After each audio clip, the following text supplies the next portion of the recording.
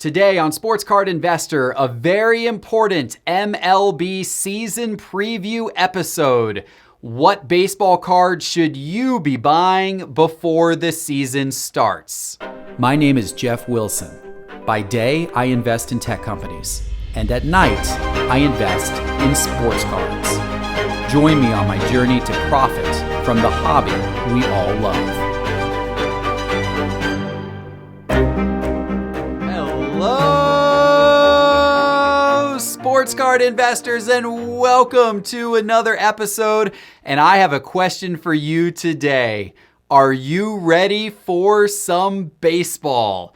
Are you excited that the MLB season is now only a few weeks away and that we are finally going to get to see these baseball cards we've been collecting and investing in hopefully heat up as the players we've been buying perform during this season? What I know is that this is going to be a wild season. The fact it's compressed into 60 games, it is going to be so much fun to watch. And I am bringing a great baseball expert on the show in just a minute to talk about how teams are going to perform this year and cards you should think about buying now before the season starts.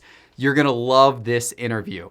And as you're thinking about buying baseball cards or any type of sports card, I want you to think about starstock.com. Starstock.com is a new online marketplace that makes it super easy to buy and sell and flip sports cards. And they have been running a special promotion, the best promotion you're going to find for StarStock, just for sports card investor listeners. It's code SCI, referral code SCI. If you sign up for a new account on starstock.com and you use referral code SCI for Sports Card Investor, as you sign up, you will earn up to $25 in bonus money. As you make a deposit into your account, you'll earn some bonus money. And then as you send them cards for them to sell for you, you'll earn additional bonus money up to $25. It's a great way to get some free cards. So go to starstock.com and sign up now and use code SCI. Okay, guys, let's get to our episode today. I'm extremely excited to bring in my guest. His name is Grant McAuley. Grant has worked in baseball broadcasting for 16 years. He currently works for the Atlanta Braves radio network. So he covers games for the Braves on the radio.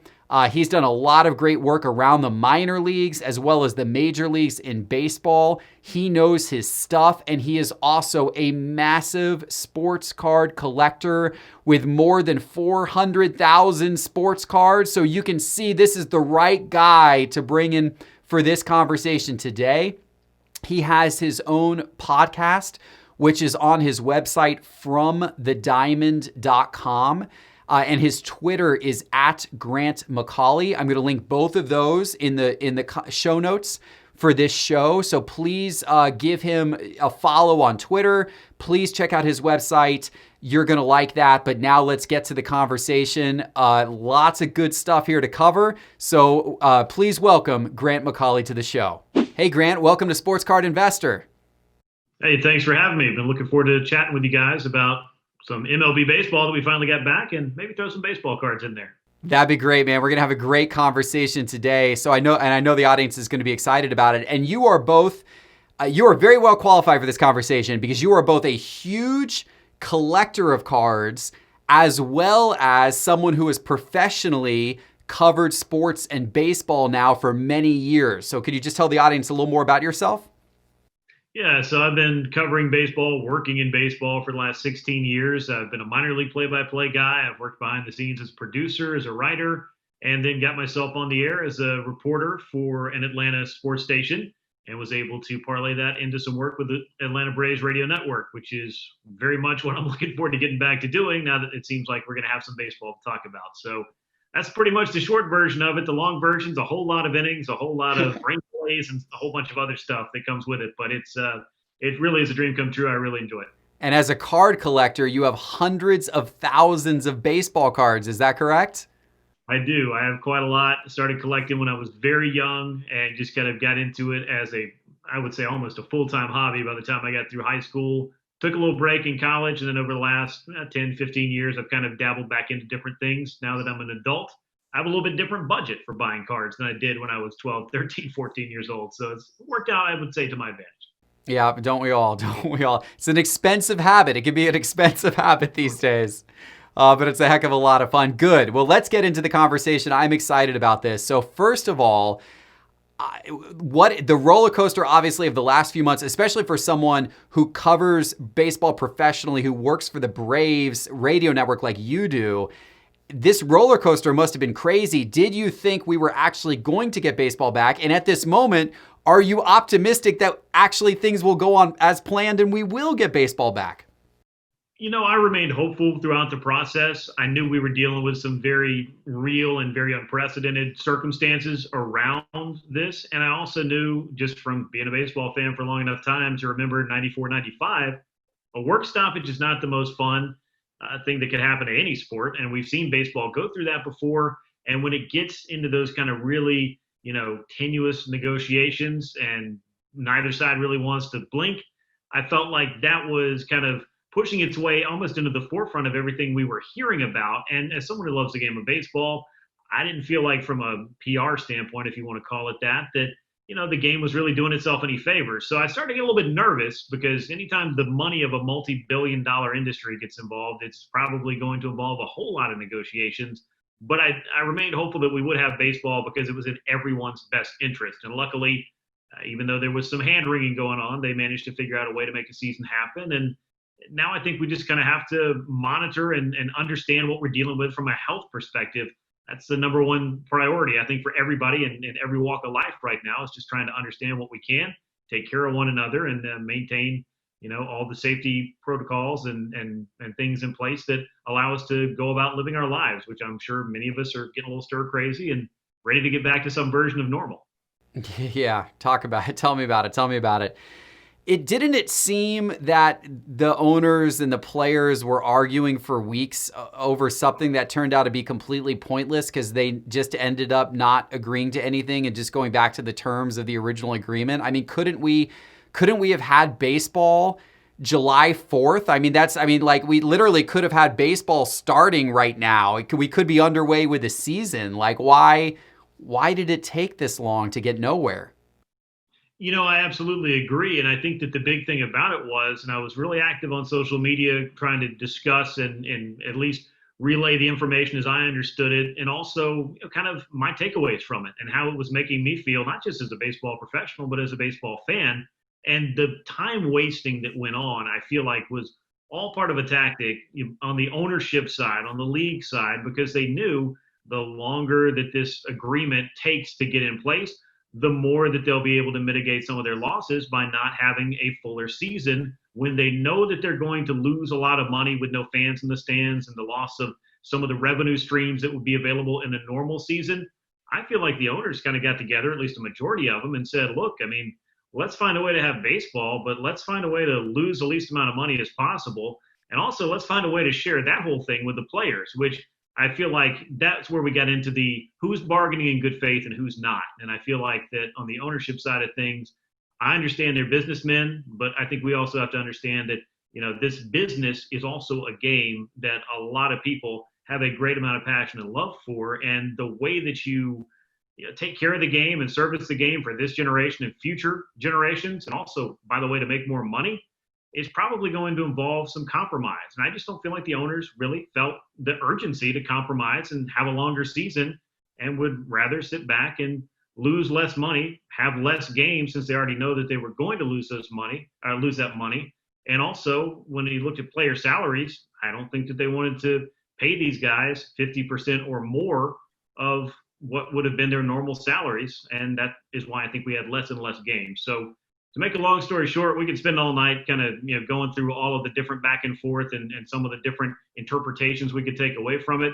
But I do feel like the players really have to draw a line in the sand, because they have fought tooth and nail for the better part of about 4 decades since the advent of free agency to get themselves into a place where their earning potential is higher. And when the average player career that makes it to the big leagues, it's only about 3 years. We're not worried about the Mike Trouts and the Miguel Cabreras and the Max Scherzers of the world.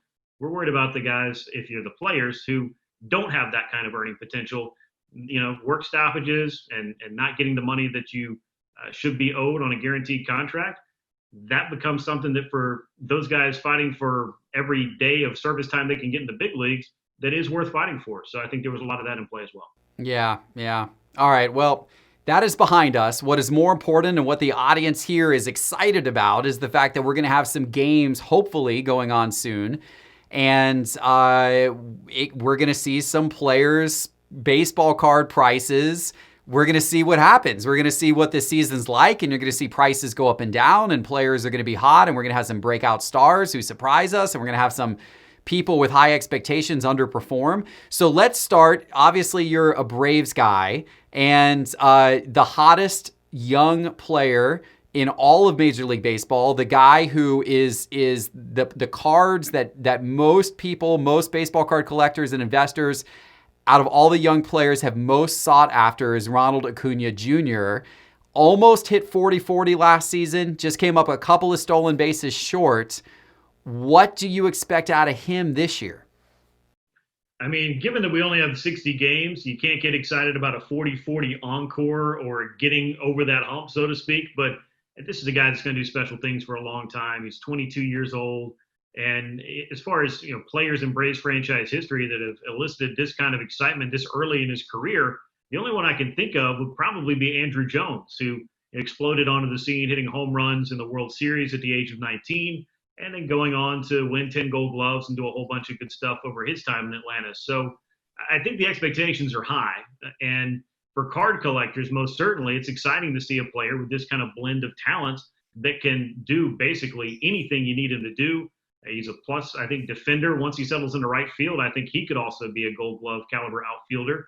In addition to the power and the speed you mentioned, I think this is a guy that's going to hit for average, and he's just going to do a lot of great things for you for a long time. So 5-tool players at the age of 22 with a long-term contract to stay in one city, so you don't have to wonder, is this guy going to get traded? Is he going to leave in free agency? Is all of this going to affect him over the long period of time? I feel like this is a guy that you kind of have to like the circumstances he's in.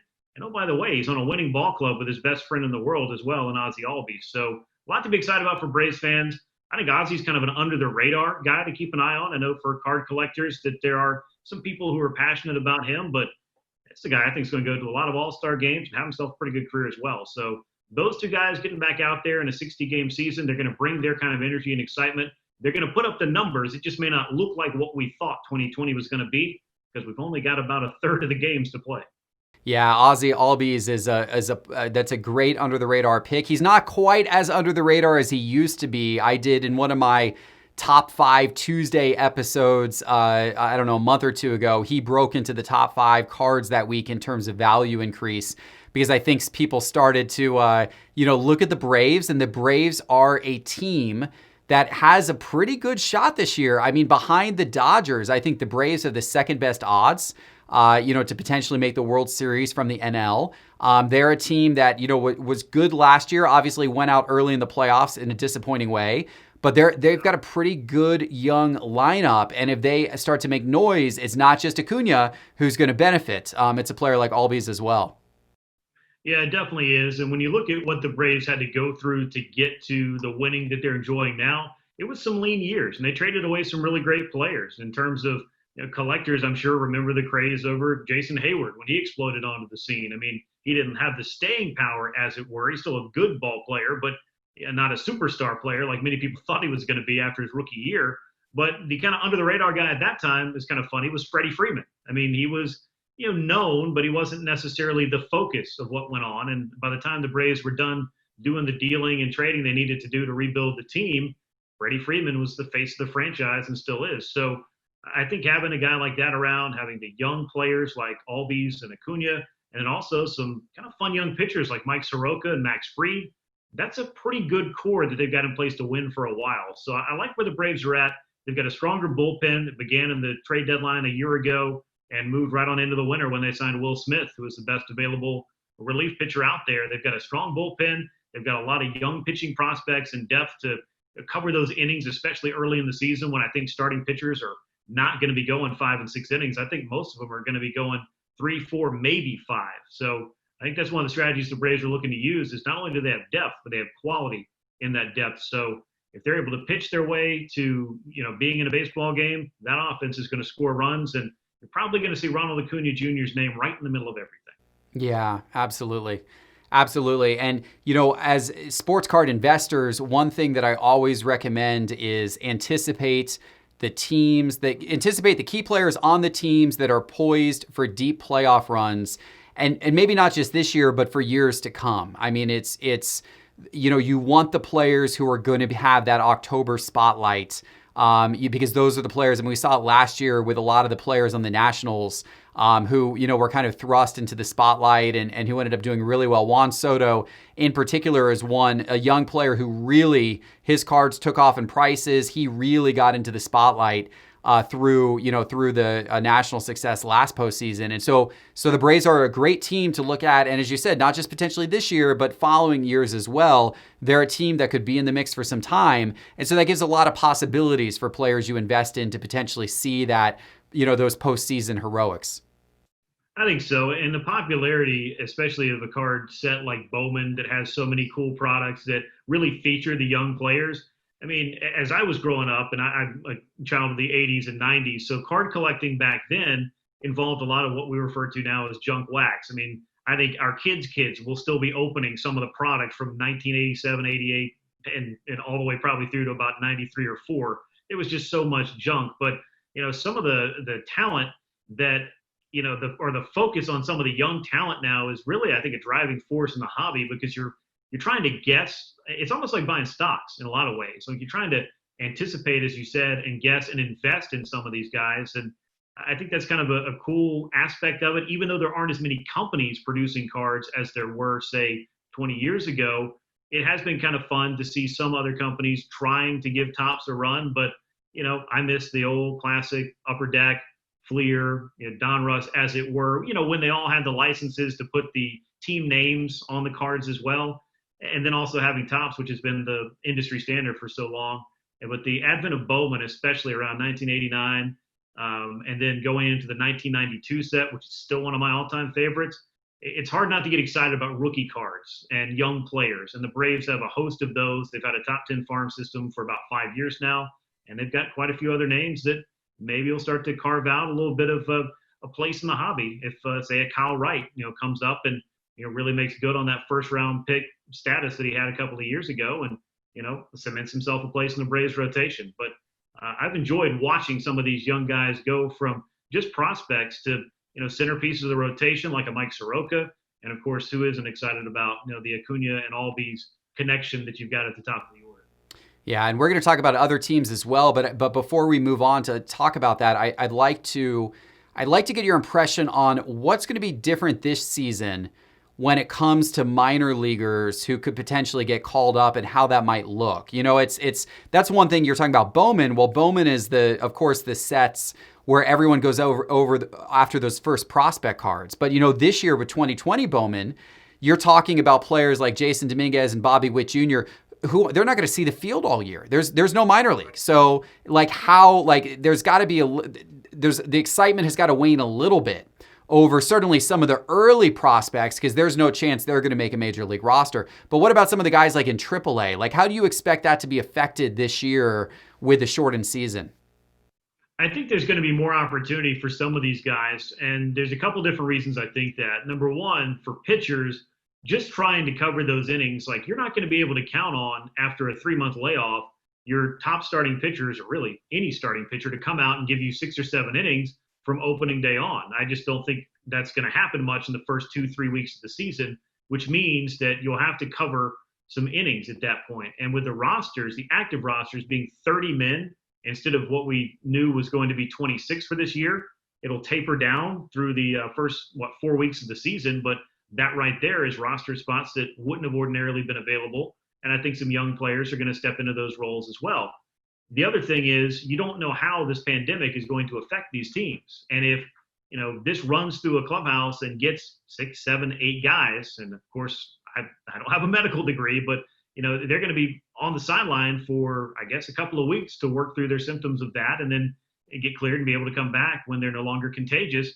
All of a sudden, if you lose, I mean, even if it's 3 or 4 guys, you may be immediately calling on minor leaguers to step in. And there is no season, as we learned that it has been officially canceled now, as MILB announced that. And as a guy who spent some time in the minor leagues as a play-by-play broadcaster, I hate that for all those people involved and also for the fans and for the players, of course, because they're going to have to play a lot of intra-squad games at some secondary sites, AAA stadiums or whatever it may be, to keep themselves ready. So we're really in uncharted territory when it comes to opportunities for minor leaguers this year. There will be a taxi squad of 3 players that teams can, have on reserve, basically on call. But how that's utilized and how quickly we see that and how many people we see perhaps sidelined from COVID-19, that could really indicate exactly what we can expect from the minor league side of things. And player development's a little bit of a lost cause this year, and I really hate to see that. But the byproduct of it is you're seeing some of these top prospects and even some of the first round picks added to these player pools so that they can at least come in and start getting some kind of work in, so that they're not sitting around and trying to find some outlet to develop themselves, because you're losing that time you're never going to get back. And it's for the minor league guys. And also in the middle of all this, just to point it out, Hall of Fame careers like a Mike Trout or a Clayton Kershaw, like, we're not going to get this time back. And that really, from a baseball fan perspective, it's hard to know that you're losing out on that and really nothing you can do about it. Yeah, that you're right. You're right. And the statistical impact as well. I mean, that's kind of a fascinating side story here is, the 500 home run club, 600 home run club, all these various stats are going to now be so much harder to achieve because you've taken away such a large portion of the season. Win totals that people are chasing, all that kind of stuff, right? It's fascinating. But that's really interesting regarding the fact that this season could bring additional exposure to some of those prospects that are maybe wouldn't have been on an opening day Major League Baseball roster, but maybe now they will be because rosters are expanded and there's potentially a greater need for them. That's going to be fascinating to see how that plays out. I think it will be. And you never know with guys just getting hurt from what we would, I guess, refer to as traditional injuries, whether that's a strained hamstring or an oblique or whatever it may be.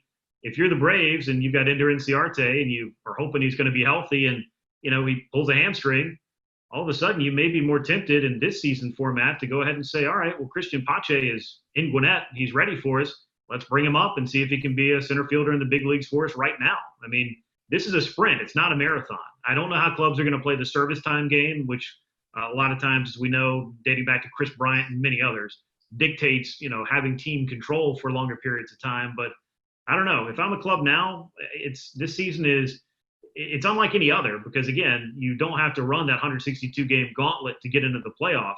You can get hot for a couple of months and find yourself in October. So I think every club would owe it to themselves to, if you've got a guy that you think can help you and he's in AAA, air quotes, or should be, and you feel like he might be able to come up and show you something, I say you break the glass and bring these guys through.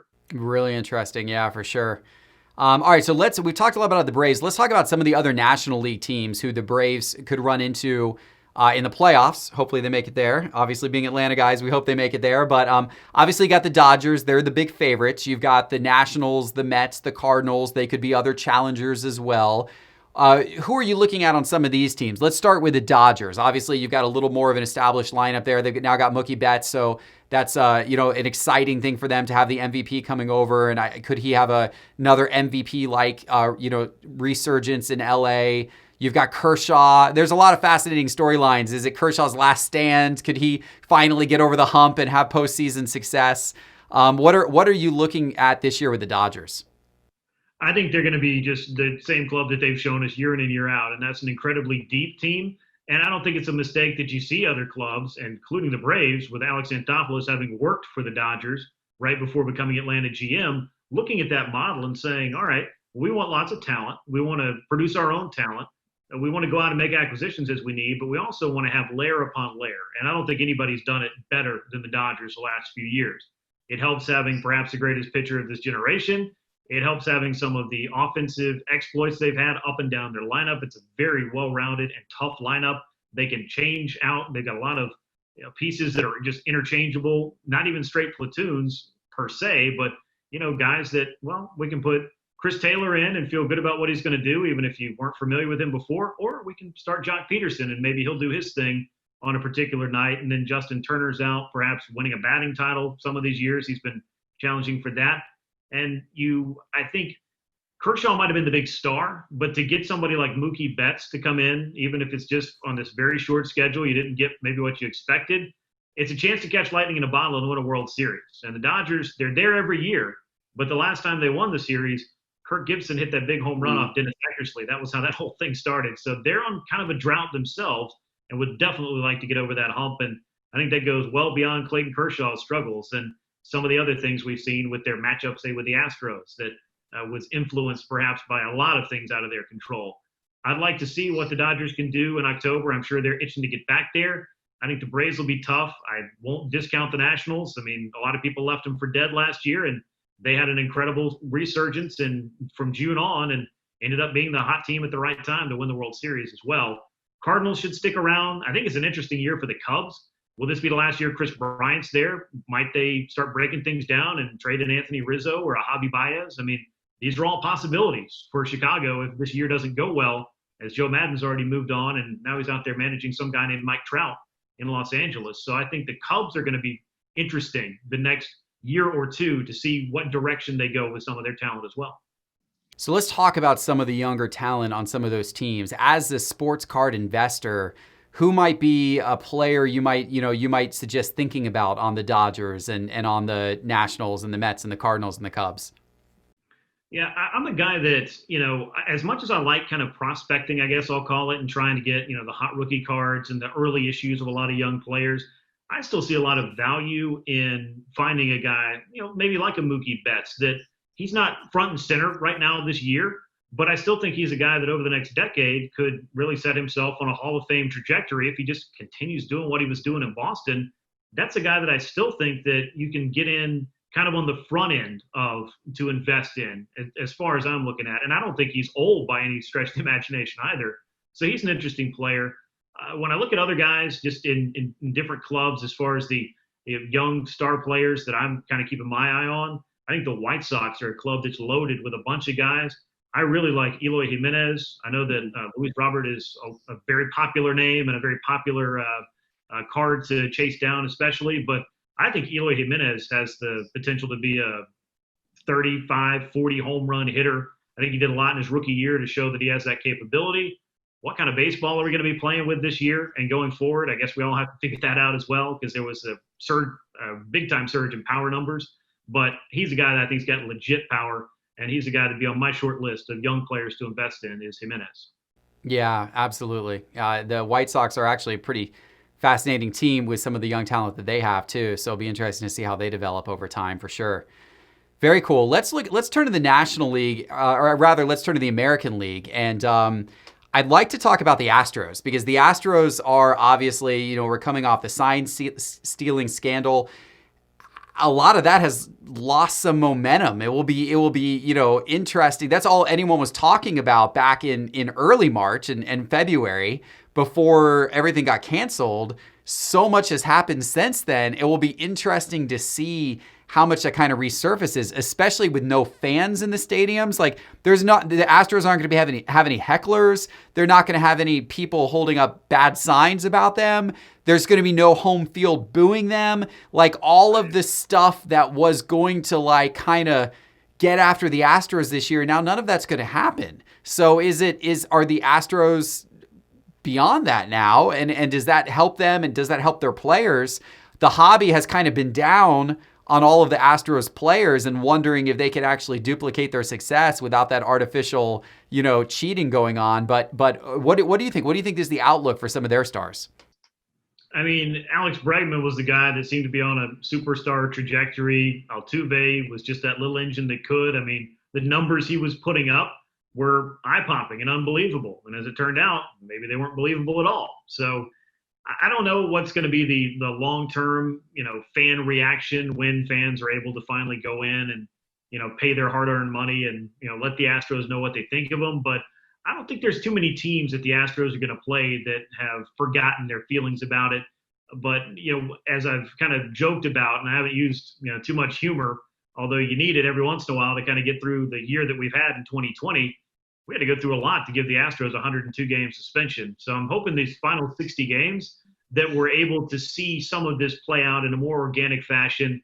You've got all kinds of rules and regulations that are amped up to 11 this year about no brawling, the social distancing, and all the things that go with that. So I don't know, are guys going to get hit, or pitchers going to think about, okay, you know what, I can keep this in my back pocket and I can pull this out down the line and go ahead and give him a receipt maybe for that home run that he hit to win that game, or that, drubbing that they gave me in June of 2 years ago that I didn't understand why I was making all my pitches and gave up 11 runs. I mean, that's the kind of stuff that went on, and I don't think a lot of players are going to forget about it.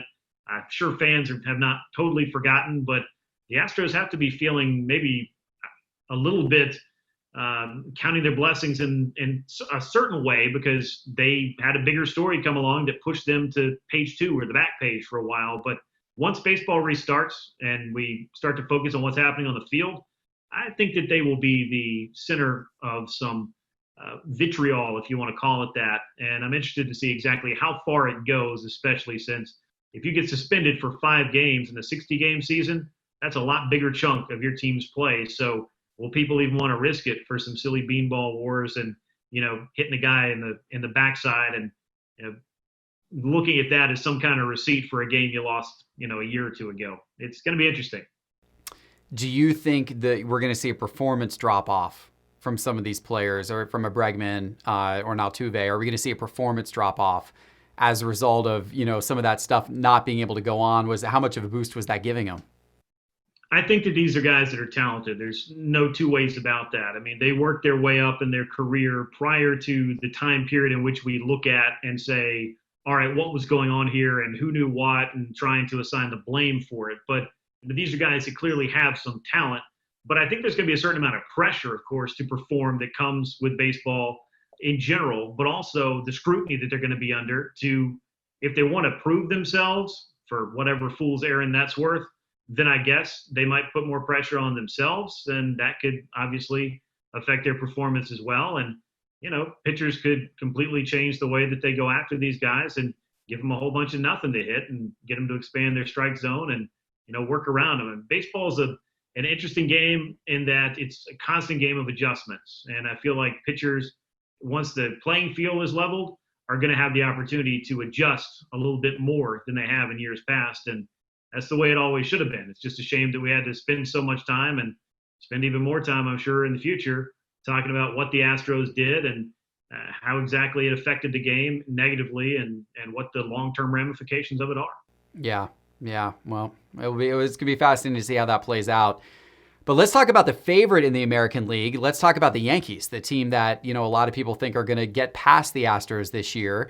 The Yankees have a lot of interesting storylines. What are you looking forward to in terms of the Yankees this year?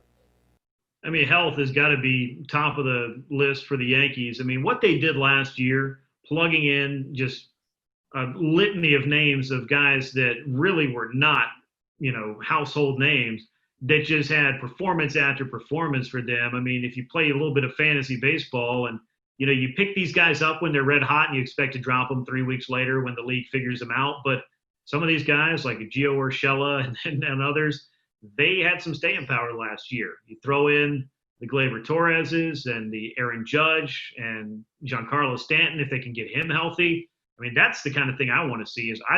I'm a big fan of Giancarlo Stanton, and he's not made the impact in the Bronx that the Yankees have wanted to see thus far. And then last year was derailed by injury, and this year obviously he's going to miss 100 games because of what's been going on in the world as we know it. So getting these guys out there for the full course of the season and keeping them healthy is going to be the difference maker, I think, for the Yankees this year. I don't know that you can expect them to pull another rabbit out of their hat time and time again as they did a season ago, but losing Severino, I think, is going to hurt them quite a bit, and they're going to have to figure out who can step up and who can push them through this. But the talent's there. They've spent the money. They've collected, I think, the right players, and I think Gleyber Torres is ready this year to really take a step forward and perhaps be an MVP candidate himself. And that's saying a lot, because there's a couple guys on there, one of them in Stanton that's won an MVP, and another one in Judge that probably should have won an MVP. Yeah. Yeah. Gleyber Torres. Yeah, I agree. All fascinating storylines. Gleyber Torres gets all the benefit from being, in the big spotlight, being in New York, and being a young star on that team. So he's definitely someone who I've been looking at personally from a card investing standpoint. But a lot of fascinating players on the Yankees. Do you think the shortened season will help them?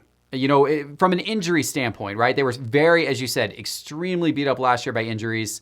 Do you think having the shortened season could provide some relief in that? On one hand, the way that I look at it, on one hand, you've got a lower risk time period. You got less risk because you just got less games. So there's less opportunity for injury because there's less games overall. On the other hand, as you mentioned earlier, it's going to be a little more of a sprint. It's going to be a sprint to the finish line, and players are going to be coming in not necessarily in the best condition at the beginning of the season. So how do you see that playing out?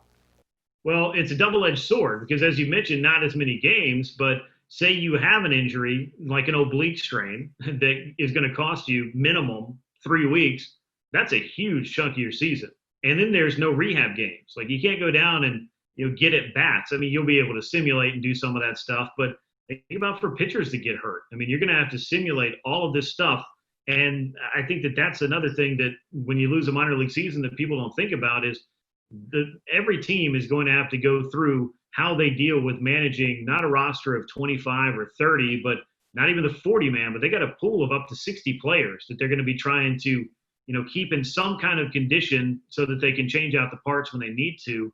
And a 60 game season, again, I mean, it is a sprint, and you would hope that you could remain healthy. And that's a huge aspect for any team that wants to, make its mark and push through a season. But, again, if you end up with this pandemic affecting you in some way, shape, or form, your best laid plan might go right out the window. And I think that the Yankees are not going to be immune to that possibility. I mean, it's very real. It's out there for everybody. And we're just kind of hoping that it's not something that's going to derail the season altogether. Let's talk about some of the other contenders in the American League. I know one team that is, it seems like a perennial overperformer, a perennial base of young talent. Even though they get zero fan support, which I'm sad to say because I'm from the Tampa Bay area, and I so wish they would move the stadium and build a new one on the Tampa side of the Bay. But anyway, there's the litany of issues there. But regardless, the Rays are once again an exciting young team. What are you looking forward to with the Rays this year? Yeah, I think everybody's kind of waiting for the possibility of maybe a Wander Franco sighting this year. If not this year, then maybe next year is the year that he really explodes onto the scene. But yeah, I've really liked the way that they've gone about putting that team together, and they've had to be creative. There's just no way around their payroll restrictions. I mean, they did go out and sign Charlie Morton, who gave them a bona fide front of the rotation starter. They made a very good trade when they dealt away Chris Archer to the Pirates and got some good pieces back for him. If you can get Glasnow healthy and you put him in that rotation as well, I think he's a guy that they may be able to count on for quite some time. And, of course, what Austin Meadows did last year, I think it's just exciting to see what it is that they find in order to put the puzzle together, because every year it's a little bit different for the Rays. But every year they seem to find a way to be a club that's sitting around that 90-win mark.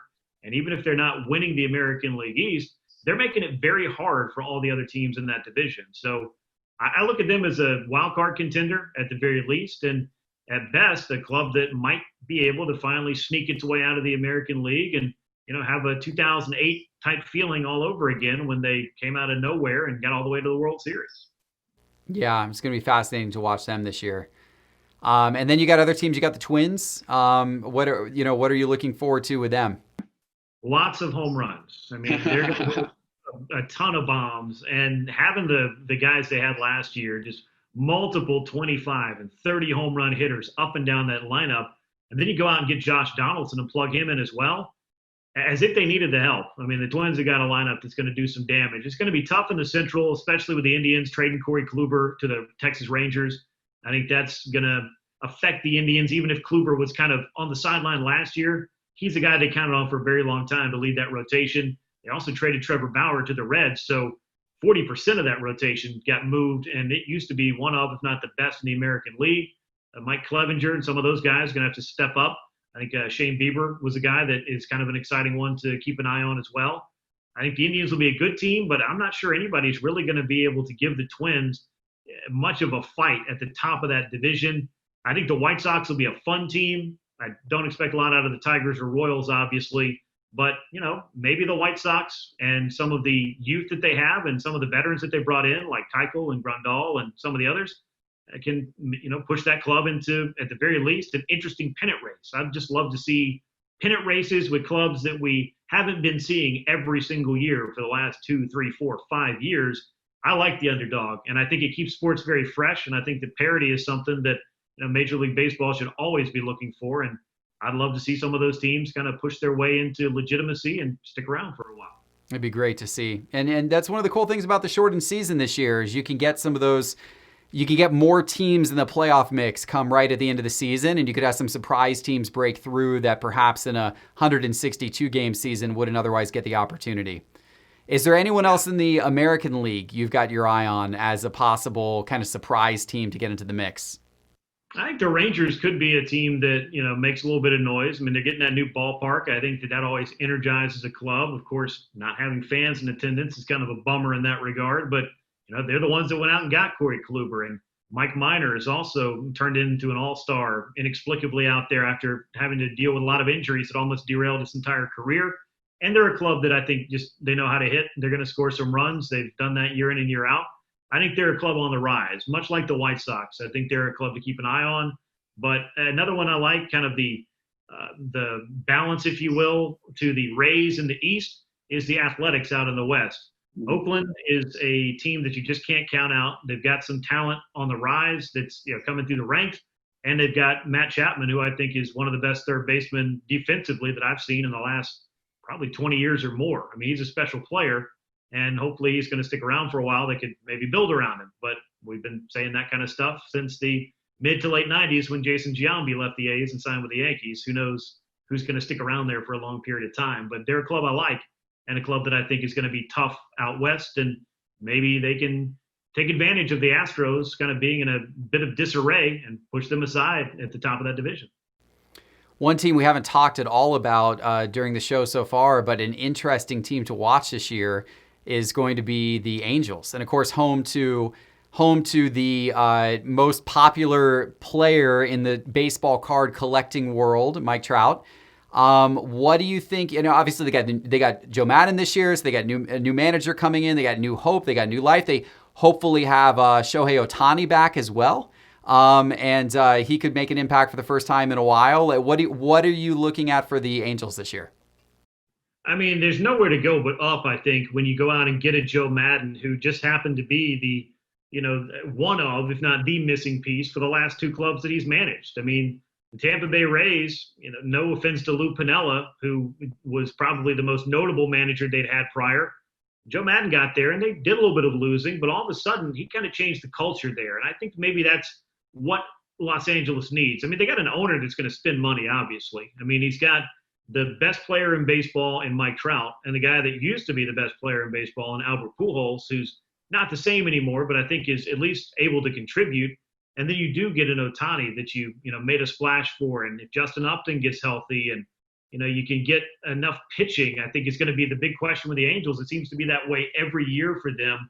They just don't seem to have the arms to be able to, get into that pennant race and stay there. But it would be a shame to see Mike Trout spend another year in October on the outside looking in. I agree. We got to get that guy to the playoffs. We got to get that guy seriously. I mean, it's such a great career, but hasn't made a whole lot of, hasn't made any postseason noise, right? Reminds me a little bit of Ken Griffey Jr. in that respect, right? I mean, Ken Griffey Jr., one of the all-time greats, but never got to see that guy as the World Series hero like we would have loved him to have been. Yeah, I mean, I would have loved that. I mean, I'll wear my swingman stuff on a regular basis, even these days. I mean, and watching the documentary MLB Network did a week or so ago, seeing him torch the New York Yankees in that division series, the famous one in '95, and knowing all of a sudden what was Junior's motivation for that. I mean, we got a lot of cool background as far as that was concerned. I mean, a guy that said if the Yankees offered me a contract, I would just retire if they were the only team that wanted to sign me. That'd be the end of my career. And if you don't believe me, then you don't know me. I think that was kind of one of those funny things. And that's the kind of stuff that you don't hear about at the time, but I think that's the kind of marketability that baseball would certainly love to have. And I think that Mike Trout, and I've said this to just about anybody whenever his name comes up, he plays out west, so you don't see him at the regular time zone for a lot of the country. So that's one of the things that you can't do a lot about. But I mean, this is a guy that works hard, stays out of trouble, has stayed on the field pretty much, and save a couple injuries here or there, and has put up numbers that put him up there with the Willie Mayeses and Hank Aaron's and Ted Williams and Babe Ruth's and the guys that you would consider to be the greatest of their generation and perhaps any other. So, I enjoy watching that guy, and how could you not? And I think it's fun to kind of just have that guy that really is so focused on the field, and he's head and shoulders above pretty much every time he goes out there, and still manages to do something that you just say, wow, at the end of the night. And, that's the kind of stuff that I've missed over the last 3 or so months, is the opportunity to, have those moments where maybe I'm having to, work a Braves game, but I'll catch those late highlights if it means I get to watch a couple of at-bats of Mike Trout. Yeah, absolutely. Absolutely. All right, give me your World Series pick this year. Who do you think we're going to get? That's going to be tough. And I think back in, spring training, I was wrestling with it a little bit, and I felt like, all right, well, I can finally take the Astros off the list, because I think they're going to have a lot of trouble this year getting back into that place. And the Nationals kind of surprised me last year, because I didn't expect them to get into October. I didn't expect them to get out of the wild card game, and they just kept winning. And I feel like that's the kind of year that we're looking at right now when it comes to the 60-game sprint, is names or teams that you didn't expect to necessarily be there who could find their way in if some other, favorite or perennial powerhouse just so happens to falter. So I tell you what I'd love to see is for the Braves to get out of the division series and push their way into the World Series. So I could homer pick them and put them into the World Series. And on the American League side, I don't know. I've always been one for wanting to see those underdog kind of teams do something magical, and maybe the Tampa Bay Rays get all the way there and do that thing again. So, wow, a Braves-Rays World Series. I like it. That is definitely not the Vegas favorites you're picking there. You're certainly going a little bit under the radar with Braves versus Rays in the World Series, but I like it. Definitely some bold moves. And give me the name. Give me a couple of players who you, if I could say, hey, go buy any 3 players cards right now, because we think these guys are going to have really big seasons, maybe have some postseason success, but give me a couple of names of guys you would go out and say, yeah, I feel pretty good about buying these guys. I think they got great seasons in store. Well, I'm going to start in my backyard, because I think Ronald Acuna Jr. is going to – that grand slam against the Dodgers a couple of years ago just kind of gave me that indication that on the big stage, I feel like that guy is going to have some success. He was good against the Cardinals in the series, and most of the rest of the Braves offense was not. So I'll put him on the top of just about any list that I'm making. And if I'm going out and investing this year kind of based off playoff aspirations or possibilities, I don't know. It's kind of hard for me to come up with a full list for that. But just in general, because I feel like this has been an interesting year for the hobby, like I said earlier, I mean, Mookie Betts is a guy everybody knows, but I feel like the focus is just not really on him right now. And maybe that's the opportune time to kind of swoop in and start building that portfolio, if you will, of somebody that maybe folks have kind of forgotten about, kind of just in the background with so many other things going on.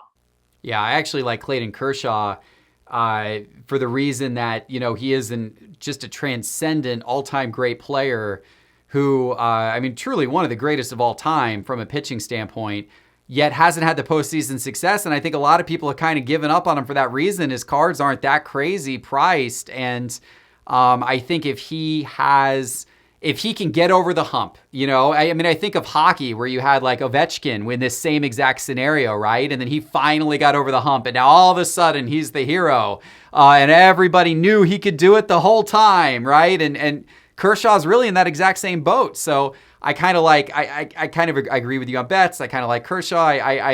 I'm liking the Dodgers right now overall, and I'm liking them to hopefully get over the hump this year. Well, I shouldn't say hopefully, because being a Braves guy, I hope they actually don't get over the hump. However, my money is definitely going in that direction.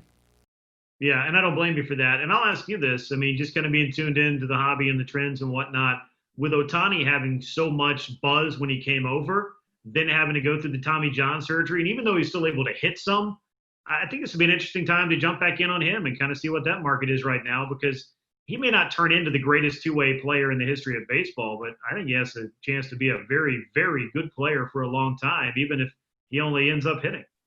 The very fact that he is a two-way player is fascinating, and I think it's something unique. And you're right, there was so much buzz about him. He was the Zion Williamson of the hobby a couple of years ago. I mean, he really was. For all of you new folks in the hobby who just jumped in the hobby here in recent months, and you know how much buzz there has been about Zion, well, Ohtani was that a couple of years ago. So, it's getting him back now from a long period of injury. And hopefully having him 100% come opening day it's going to be fascinating to see how he's able to perform this year. Awesome. Well, I want to wrap up by hearing a little bit more about your collection because I know hundreds of thousands of cards, something you've been working on for many, many years. Tell me what some of the best cards are in your collection. Well, I had a lot of fun as a kid with the quantity of cards that were out there and the different makers that you could find. I mean, there was no shortage of players that were, having, whether it was Griffey or, say, Barry Bonds or any of these guys that were big in the hobby back then. Mark McGwire, obviously, he made a little bit of noise in the 90s.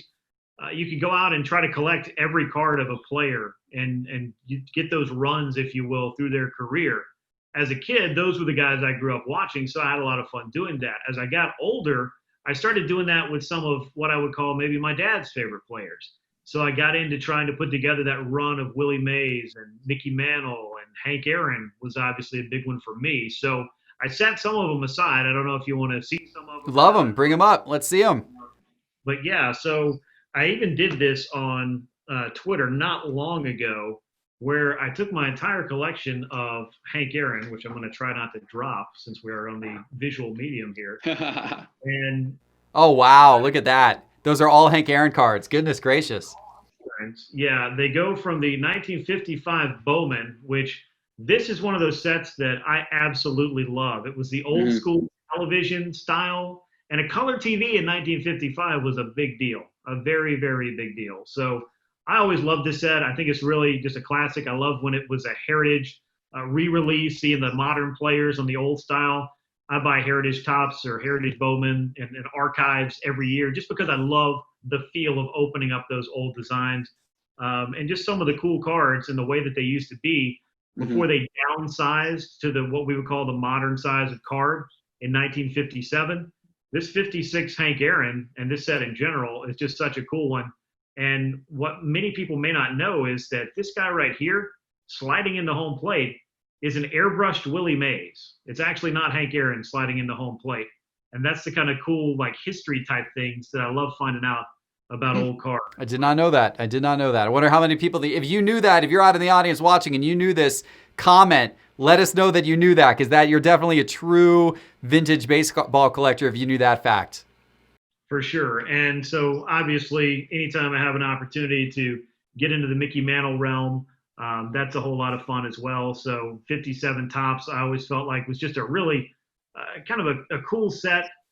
Just in that this was when cards went to the size that we're now accustomed to. But anytime you can, go through some Mantles, I feel like you just get into a really cool time in history, just in general. So I had a lot of fun putting these together and getting my dad involved in, looking through some of these and enjoying, that trip down memory lane for him. So, cards are really cool because I feel like they can bridge the generations and bring you together. And before the internet and before Baseball Reference and a lot of other aspects or avenues for you to learn about the game and continue reading about the game all the time, I learned a lot of my baseball through baseball cards. And I still think that's a cool way to do it. So as far as being a collector and jumping into some of the vintage stuff, I don't think you can go wrong when you get into the Willie Mayses and the Hank Aarons and the Mickey Mantles of the world. I feel like those are always going to be safe bets as a card investor, and they're not going to make any more of them. They're going to get scarcer and scarcer, I would imagine, and people are going to start holding on to them, so there'll be fewer of them on the market, which I think is already kind of played out over the last 3 or 4 decades since the hobby really, I think, exploded back in the maybe late 70s, early 80s. Oh, yeah, for sure. Yeah, those cards they absolutely have long-term staying power without a doubt. And Yeah, those are amazing cards to have. Congratulations on your wonderful collection. I appreciate that. It's fun to add to it. So I'm going to keep going out looking for those deals and just trying to find stuff that's fun. And the vintage world of cards, I think, is a whole different kind of animal than maybe chasing down some of the stuff from the newer product these days. But I think we all get the same kind of exhilaration and rush when you find that card you've really been looking for and you make that purchase and you add it to that collection.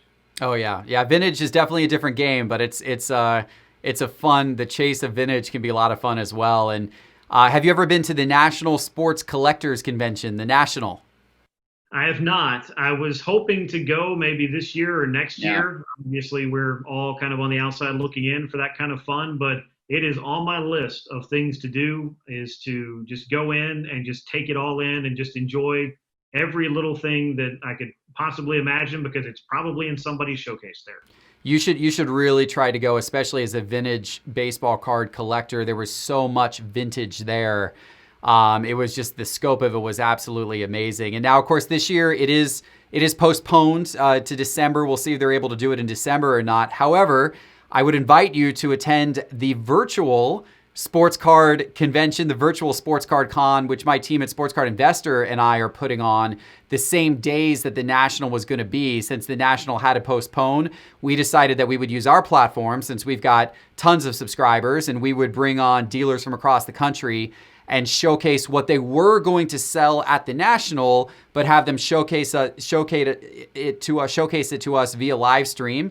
And we'll live stream that out to everybody's houses, and then they'll be selling the cards online alongside the live stream. So I invite you to tune in for that. Hopefully everyone in the audience can, and I'll just put a reminder out there to the audience that if you haven't signed up for it yet, go to sportscardinvestor.com and click on the virtual 2020 in the main menu bar. It's free to register, 100% free, and it's coming up later this month.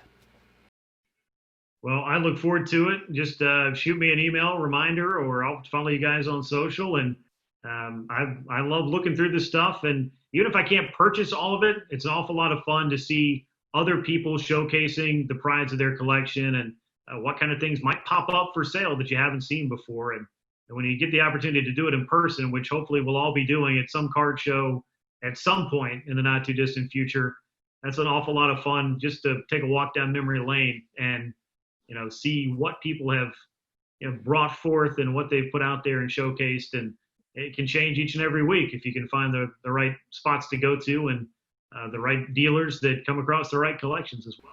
Yeah, for sure. Grant, thank you so much for taking the time today. I really enjoyed it. I'm sure the audience did as well. And I'm excited for some baseball. I cannot wait for the season to start. Absolutely. Thank you guys for having me. Look forward to doing it again.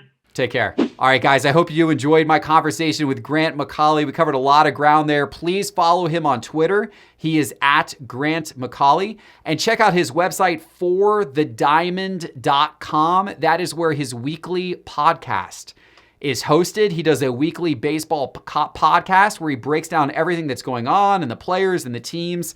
Lots of good information there if you are into baseball card collecting and investing. All right, guys, thank you so much. I really appreciate it. And go check out that special offer I mentioned for starstock.com. Use promo code SCI to get bonus money when you make a deposit or when you send them cards to sell. It is a great online marketplace to buy and sell and flip baseball cards, as well as cards from any sport. Again, starstock.com, promo code SCI. Thanks, everybody. Hey, have a happy holiday weekend.